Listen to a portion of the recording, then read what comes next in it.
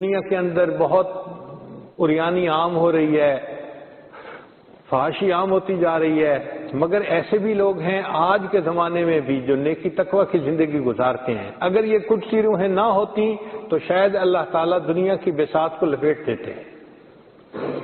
ہم اپنے بعض قریبی لوگوں کے حال احوال دیکھتے ہیں تو حیرانی ہوتی ہے کہ ایفرٹس کرنے والے کیسی کیسی ایفرٹس کرتے ہیں۔ ہمارے قریبی ساتھی ہیں، انہوں نے شکاگو سے میڈیکل سائنسز میں ڈگری حاصل کی۔ مجھے فون کیا کہ جی میں چاہتا ہوں کہ میں دین پڑھوں اور دین کو بھی اپنے ساتھ لے کے چلوں۔ ہم نے کہا بہت اچھا، اس کے لیے آپ کو تقریباً 3-4 سال ٹائم فارغ کرنا پڑے گا۔ انہوں نے اپنے ڈین سے بات کی، اس کو کہا کہ جی یہ میرا ریکارڈ ہے اب تک کا اور میں چاہتا ہوں کہ میں ریسرچ ورک کروں۔ ڈین نے پوچھا کیسا؟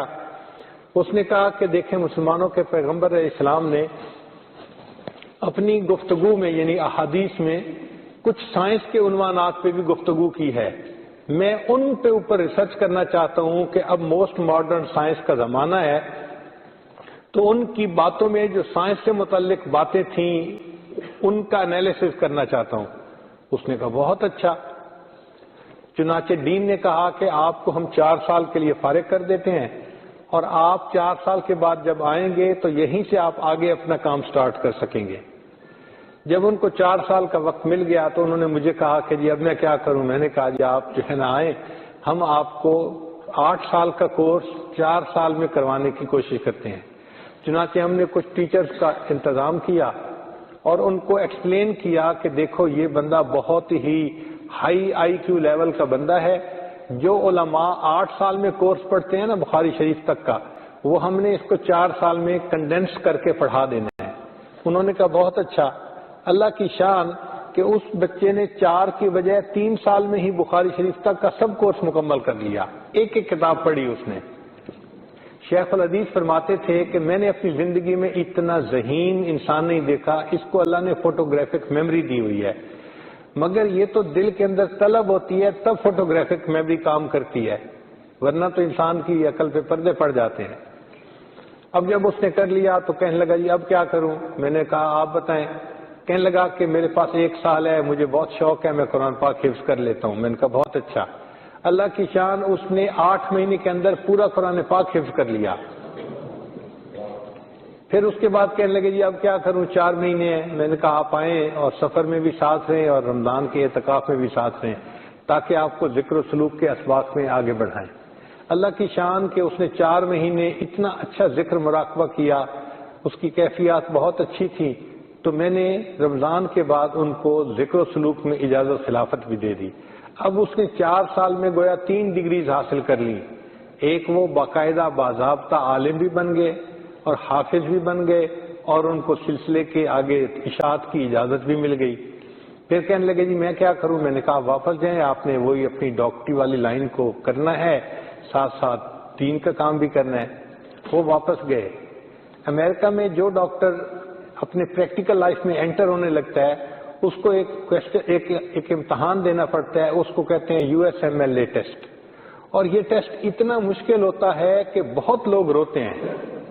ہم نے تو دیکھا کہ ہمارے پاکستان سے جانے والے ڈاکٹر 3ری ٹرائی میں 4تھی 5ویں 6ٹھی، میں نے ایک ڈاکٹر کو دیکھا 9 دفعہ ٹرائی کی پھر جا کے پاس ہوا۔ وہ اتنا مشکل ٹیسٹ ہوتا ہے، بہت پریشان ہوتے ہیں ڈاکٹر کہ یہ ٹیسٹ پاس کیسے ہو۔ اس کو وہ ٹیسٹ پاس کرنا تھا۔ اللہ کی شان 4 سال کا گیپ بھی تھا اور وہ ٹیسٹ بھی دینا تھا، اور وہ ٹیسٹ ایسا ہوتا ہے کہ 6 گھنٹے کا ہوتا ہے اور اس میں 1800 کویسچن ہوتے ہیں، مگر وہ اتنے ٹرکی کویسچن ہوتے ہیں کہ اس کا جواب سوچ کے دینے میں ہی لوگ دھوکہ کھا جاتے ہیں۔ 1800 کویسچنز کا آنسر دینا تھا 6 آورز میں۔ اس بچے نے، آپ حیران ہوں گے کہ 6 گھنٹے کا وہ ٹیسٹ دیا، and he made a history کہ ان دی ہسٹری آف US کسی بندے نے ایسے جو ہے نا نمبر نہیں لیے تھے۔ اس نے 1800 میں سے 1800 مارکس لیے، یعنی US کے اندر یہ ایک ریکارڈ ہے کہ ایک مسلمان بچہ جس کی اوریجن بھی کسی باہر کے ملک سے تھی، اس نے U S M L E test میں 1800 میں سے 1800 مارکس لیے. جیسے ہی رزلٹ اناؤنس ہوا تو جو ملک کے بڑے بڑے 3 ہاسپٹل تھے انہوں نے اس کو فرسٹ جاب کا جو ہے نا وہ آفر کر دی. چنانچہ اس کو فرسٹ جاب ملی $2.5 لاکھ.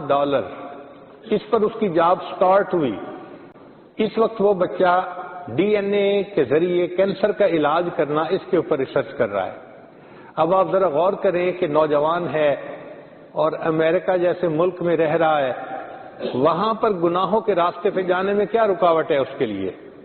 مگر اس نے دین بھی پڑھا, حفظ بھی کیا, ذکر و سلوک بھی سیکھا, وہ تہجد گزار بھی ہے, اور اس نے اپنی دنیا کی ذمہ داریوں کو بھی ساتھ پورا کیا.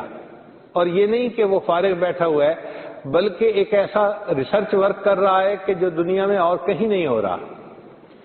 تو یہ لوگ ہمارے لیے قیامت کے دن ایک ریفرنس بن جائیں گے کہ بھئی اگر انہوں نے اسی ماحول میں رہتے ہوئے اتنا کچھ دین کے لیے کیا تھا تو تم نے کیوں نہ کیا. اور ہمارے پاس قیامت کے دن کوئی جواب نہیں ہوگا. یہ ذہن میں رکھیے. لا الہ الا اللہ, لا الہ الا اللہ, لا الہ الا اللہ, لا الہ الا اللہ, لا الہ الا اللہ, لا الہ